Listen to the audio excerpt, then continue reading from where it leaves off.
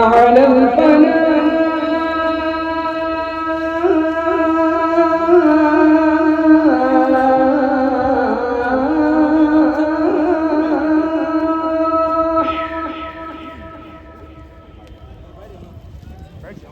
حي على الفلاح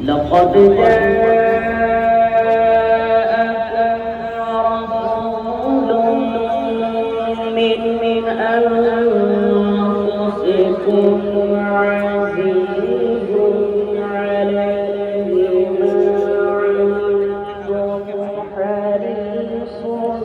عليكم. حضرت کلام پاک سے ہوا 3 عظیم علماء اور رہنماؤں کے خطابات ہم کو سننے ہیں. حضور رئیس المفسرین حضرت علامہ ظہیر الدین خان صاحب قبلہ، پھر حضور مفکر اسلام حضرت علامہ قمر الزمان خان صاحب قبلہ اعظمی، اور داعی کبیر ہمارے امیر حضرت مولانا محمد شافی صاحب قبلہ نوری. تو سب سے پہلے وہ ہستی جنہوں نے اپنی زندگی قرآن کریم کی افہام و تفہیم میں وقف کر دی، قرآن کریم کی تفسیر جنہوں نے مسلسل 50 برس کی ہو، ان کا قرآن سے رابطہ اور رشتہ کتنا مضبوط ہوگا یہ ہم نے اپنی آنکھوں سے دیکھا ہے. اور الحمدللہ بر وقت قرآن پاک کی آیتوں کا حوالہ دے کر ہمارے حوصلوں کو بڑھانا، خاص طور سے حضرت امیر سندھ دعوت اسلامی کو مشکل اوقات میں قرآن کریم کی آیتیں سنا کر ان کے حوصلوں کو بلند کرنا، یہ حضرت ہی کا خاصہ ہے. میں حضرت سے ملتمس ہوں کہ اپنے بیان کا آغاز کروں.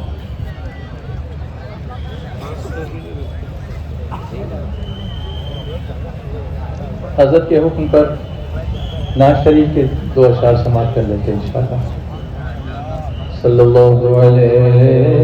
یا رسول اللہ وسلم علیہ یا حبیب اللہ. البحر علا والموج طغى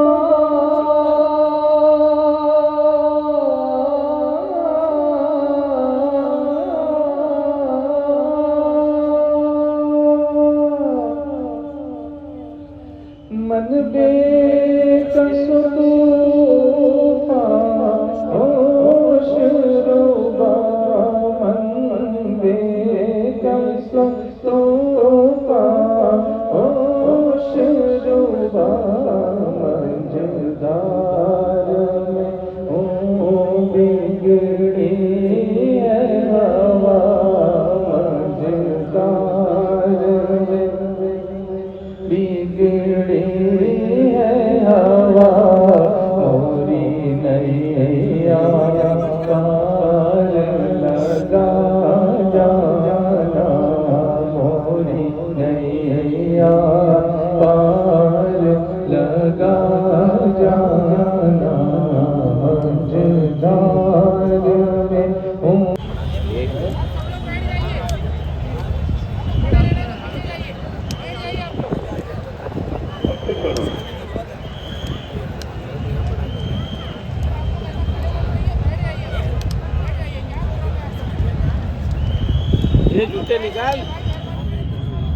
الفاتحة إلى حضرة النبي سيدنا محمد صلى الله عليه وسلم.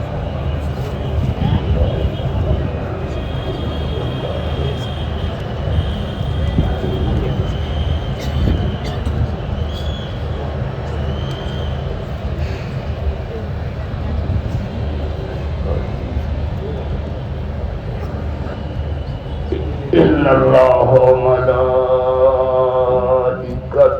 يصلون على النبي يا أيها الذين آمنوا صلوا عليه وسلموا تسليما. اللهم صل وسلم على سيدنا محمد وآله وأصحابه وبارك وسلم. صلاة وسلام عليك يا رسول الله. سبحان ربك رب العزة عما يصفون السلام على المرسلين والحمد لله.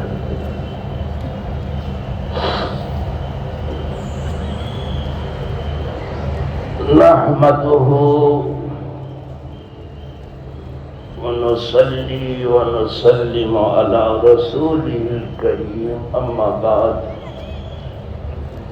فأعوذ بالله من الشيطان الرجيم بسم الله الرحمن الرحيم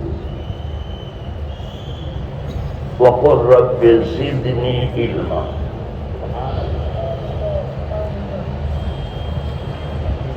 صدق الله مولانا العظيم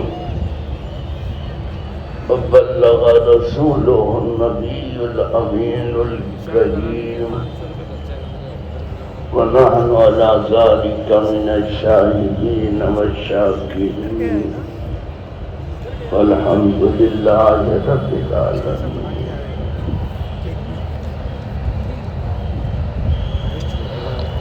وحدت ایاز جلوہ شان محمد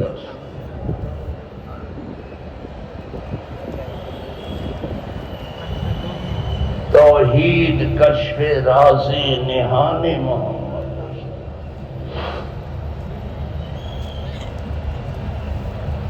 دانی کی چیز رونق تصویر کائنات حق جلوہ گرز نام. السلام علیکہ یا رسول اللہ الصلاة والسلام علیکہ یا حبیب اللہ الصلاة والسلام علیکہ یا نبی اللہ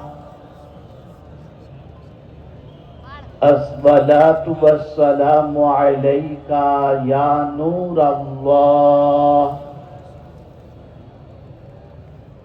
وعلا آلک و اصحابک یا حبیب اللہ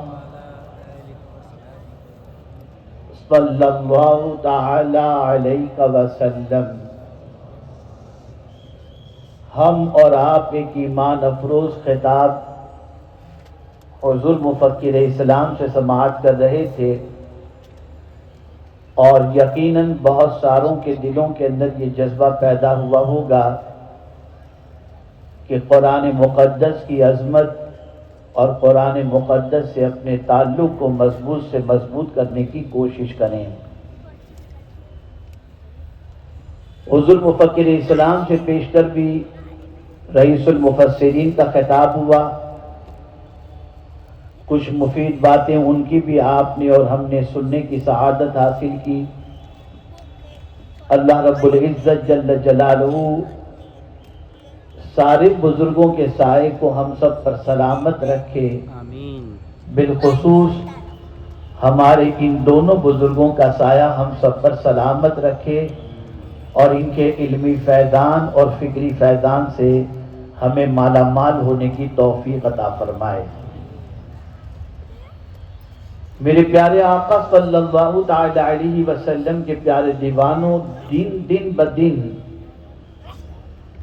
مسلمانوں کا تعلق اپنے دین سے کمزور ہوتا جا رہا ہے، اور دین ہی سے کمزور نہیں ہو رہا بلکہ اللہ سے بھی کمزور ہو رہا ہے، اور اللہ کے رسول صلی اللہ علیہ وسلم سے بھی تعلق کمزور ہوتا جا رہا ہے. آپ ذرا سوچیں، اللہ رب العزت جل جلالہ کو ماننے والا جو ہوتا ہے اس کا تعلق اپنے رب سے کیسا ہونا چاہیے؟ اللہ کے رسول صلی اللہ تعالی علیہ وسلم کو ماننے والے کا تعلق اپنے نبی سے کیسا ہونا چاہیے؟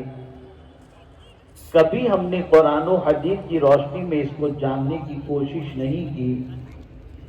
بلکہ آج چند پروپیگنڈے کی بنیاد پر وہ طبقہ جن کو اللہ عز و جل نے دنیاوی دولت سے اور دنیاوی علم سے مالا مال کیا ہے، اللہ ماشاء اللہ ان کے ذہن کے اندر یہ بات بیٹھتی جا رہی ہے کہ معاذ اللہ موجودہ دور کے اندر اگر پرسکون رہنا ہے، مال بھی بچانا ہے اور جان بھی بچانا ہے، تو اسلام سے اپنے رشتے کو کمزور کر دو، تم دنیا میں چین کی اپنی زندگی گزارو گے. اور ہم دیکھ رہے ہیں کالج اور یونیورسٹی جانوروں کی طرح کھانا، اور اسی کے ساتھ ساتھ نہ نماز کے چھٹنے کی فکر، نہ کسی طریقے کی فکر، بلکہ بہت سارے تو ایسے ملیں گے کہ آپ جب ان کو دیکھیں گے تو گھروں میں تو کسی حد تک آنے کے بعد نماز کی پابندی یا یہ ساری چیزیں نظر آئیں گی، لیکن جہاں کچھ ایسے سیکولر لوگوں کے ساتھ وہ پہنچے اور ان کی سنگت نصیب ہوئی تو وہ اپنے آپ کو مسلمان شو کرنے کے اندر اور ظاہر کرنے کے اندر سے گلٹی اور شرمندگی محسوس کرتے ہیں اور اپنے آپ کو شو کرنے سے ڈرتے ہوئے نظر آتے ہیں۔ در حقیقت یہ کیفیت ایمان کے ختم ہونے کی ابتدا ہے۔ اگر کسی کے سینے میں یہ کیفیت پیدا ہو جاتی ہے اور دل میں یہ خیال پیدا ہو جائے تو یہ سمجھ لینا چاہیے کہ اس کا ایمان سکرات کے عالم میں ہے۔ اے رسول اعظم صلی اللہ تعالی علیہ وسلم کے پیارے دیوانوں، یہ کیفیت صرف دانشگاہوں میں، دنیاوی دانشگاہوں میں پڑھنے والے طلباء یا پروفیسرز یا انٹلیکچوئل کی پوزیشن نہیں ہے، اور نہ کارپوریٹ جگت سے تعلق رکھنے والوں کی پوزیشن ہے، بلکہ کبھی کبھی تو ایسا ہوتا ہے کہ اسلامی لبادہ پہنے ہوئے بہت سارے مسلمان بھی شکوک و شبہات کے شکار ہو جاتے ہیں اور ایک جملہ بڑا عجیب کہتے ہوئے نظر آتے ہیں، مولانا بھلائی کا زمانہ نہیں ہے۔ بڑی پیاری بات کسی مفکر نے اس کے جواب میں کہی ہے، بھلائی کا زمانہ تو ہمیشہ ہوتا ہے، لیکن اگر تم بھلائی کا صلہ انسان سے چاہتے ہو تب تم ٹھوکر کھا رہے ہو، اگر تم بھلائی کا صلہ اللہ سے چاہتے ہو تو کبھی بھلائی کرنے میں ہچکچاہٹ تمہیں پیدا نہیں ہوگی۔ اگر آج زمانے کے انسانوں کی زبان پر اچھائیوں کے حوالے سے یہ جملے مل رہے ہیں تو انسان نے اپنے کام کے صلے کو، عبادت کے صلے کو، اچھائی کے صلے کو انسان سے اس کا صلہ چاہنے کی تڑپ اس کے اندر پیدا ہوئی، نتیجتاً وہ یہ کہتا ہوا نظر آتا ہے۔ ورنہ جو قرآن اول روز سے یہ پیغام دے رہا ہو، وَفَعَلُوا الْخَيْرَ لَعَلَّكُمْ تُفْلِحُونَ، بھلائی کے کام کرو تاکہ اللہ تمہیں کامیابی عطا فرمائے، تو بھلا اللہ ایسے کام کا حکم کیسے عطا فرمائے گا جس کام کے کرنے کے بعد تمہاری آبرو محفوظ نہ رہے اور تمہیں کوئی صلہ بھی نہ ملے۔ اللہ عز و جل یہ چاہتا ہے کہ تم جب کوئی کام کرو، بھلائی کا کوئی کام کرو، نیکی کا کوئی کام کرو، تو کبھی یہ ذہن میں تمہارے نہیں آنا چاہیے کہ میرے کام کی قدر بھی ہو، میرے کام کی تعریف بھی ہو، میرے کام کو سراہا بھی جائے، نہیں، بلکہ اللہ عز و جل جانتا ہے کہ قوم کا مزاج کیا ہے، انسانوں کی سچویشن کیا ہے، انسانوں کی کیفیت کیا ہے۔ انسان کا حال تو یہ ہے، وَمَا قَدَرُ اللَّهَ حَقَّ قَدْرِهِ، انسانوں نے تو اپنے پیدا کرنے والے رب کی بھی جیسی قدر کرنی چاہیے ویسی قدر نہیں کی، لیکن بھلائی کرنے والے کی اگر کوئی دنیا قدر کرے یا نہ کرے، بھلائی چاہنے والے کی اگر کوئی سراہنا کرے یا نہ کرے، میرا مولا فرماتا ہے وَمَن تَطَوَّعَ خَيْرًا فَإِنَّ اللَّهَ شَاكِرٌ عَلِيمٌ، جو اللہ کی رضا کے لیے کوئی بھلائی کا کام کرتا ہے، اللہ قدر کرنے والا بھی ہے اور جاننے والا بھی ہے۔ سوچ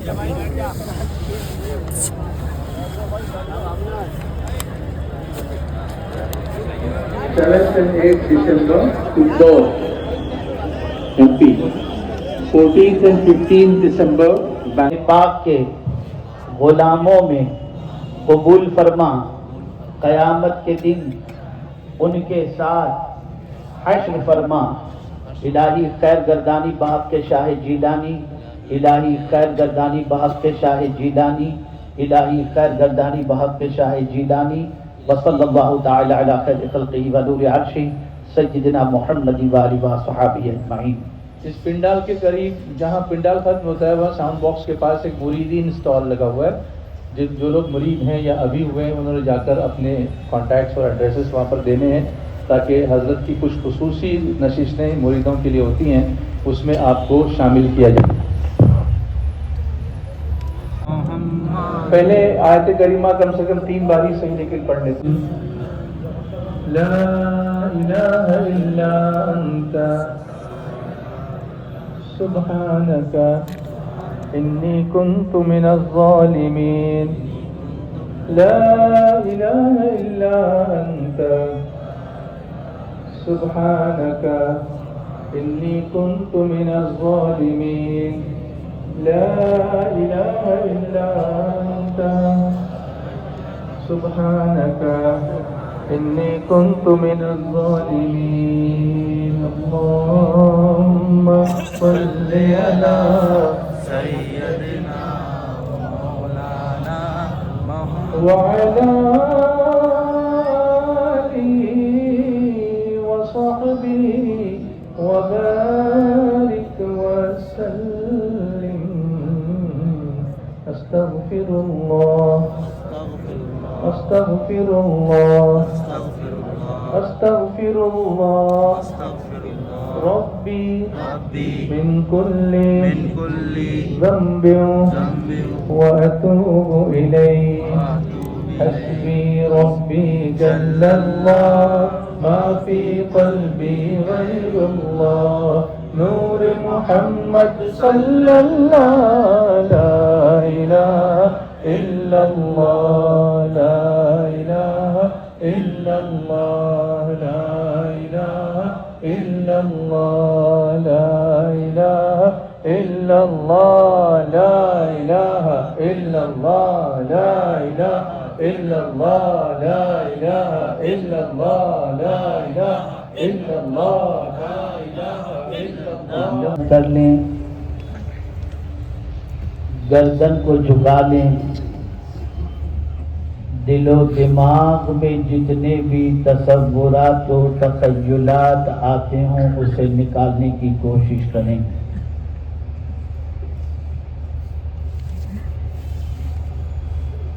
میرے پیارے آقا صلی اللہ تعالی علیہ وسلم کے پیارے دیوانوں میرے رب کی شان بہت عرفہ و اعلیٰ ہے دنیا کے انسان سے مانگو تو وہ ناراض ہو جاتا ہے اور میرے رب کی شان یہ ہے کہ اس سے نہ مانگو تو وہ ناراض ہو جاتا ہے یقیناً ہم مانگتے ہیں لیکن جب مانگنے کے لیے اپنے لبوں کو جنبش دیتے ہیں تو کبھی دولت مانگتے ہیں کبھی دنیا مانگتے ہیں کبھی پریشانی سے چھٹکارا مانگتے ہیں یہ سارا مانگنا برا نہیں مانگ سکتے ہیں اور مانگنا بھی چاہیے لیکن جس چیز کے مانگنے کو اللہ نے پسند بھی فرمایا اور مانگنے کا حکم بھی عطا فرمایا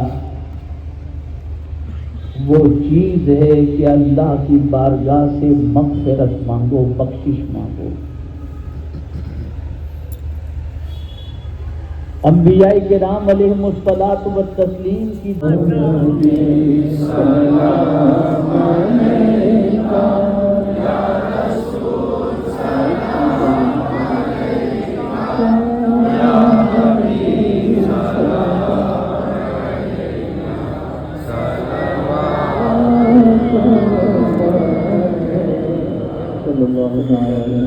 وسلم